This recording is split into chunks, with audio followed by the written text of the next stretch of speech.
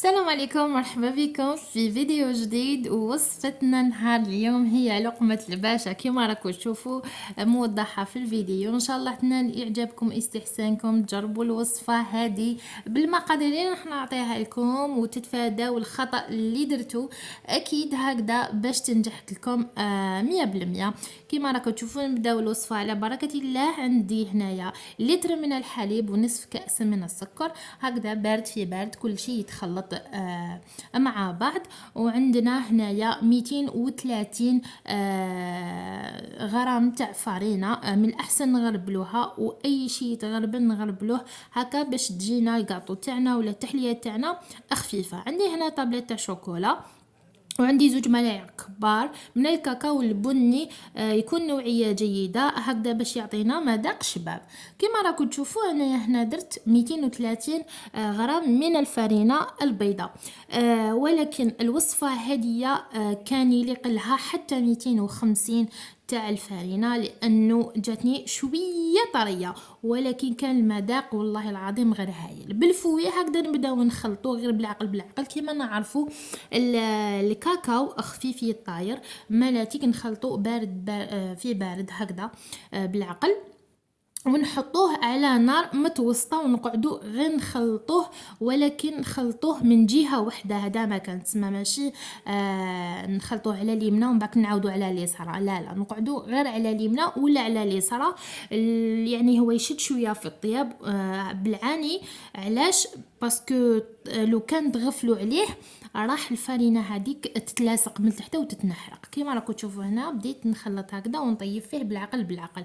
من جهه واحده اخرى كان عندي بلاطو تاع الكاطو، رحت فرشت فيه نواه كوكو هكذا كميه مليحه كيما راكم تشوفوا. بعد ما طاب لي هذاك الخليط يعني يعقد يولي فريمون عاقد ثقيل كيما راكم تشوفوا هنا، كان قريب يوجد لي. رحت فرغته من الفوق، دوك تشوفوه موضح في الفيديو. هنا نسبة كبيرة تاع الناس جربوا هاد الوصفة ولكن ما نجحت لهمش، لانه اسافوار واش راح يصرى. دي فوا الفرينه ما تشربش، دي فوا تكون الكميه تاع الفرينه قليله، ودي فوا الشوكولا ما تكونش نوعيه شابه وتشد. هذا ما كان. هنا راني فرختها في هذاك لو بلاطو هكذا كيما راكم تشوفوا بسباتول، نبدا نسقم فيها هكذا كامل على الحواف ونحطها اكيد باش تبرد هكذا.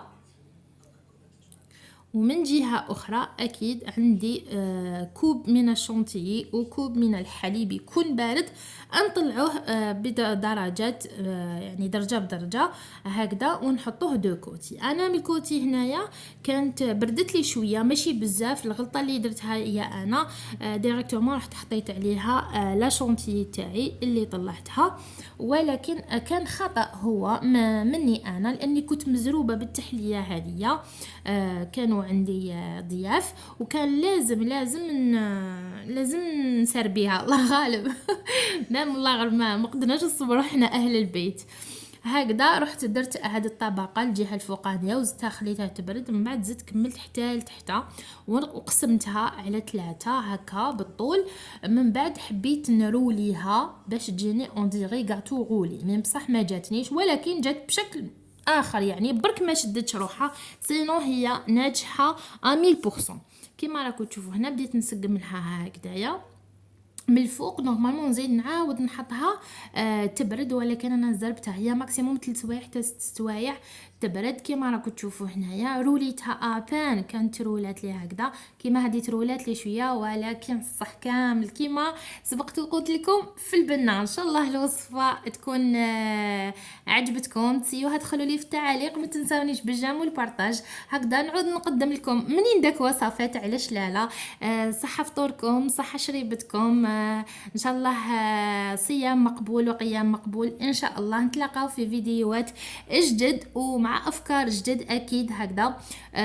نزينوا طاولتنا بمأكولات اقتصاديه وتحليات اقتصاديه. علاش لا انا هنا كانت عندي بول دو ناج درتها لها مع تزيين اختياري كما حبيتوا. الى الملتقى ان شاء الله، السلام عليكم.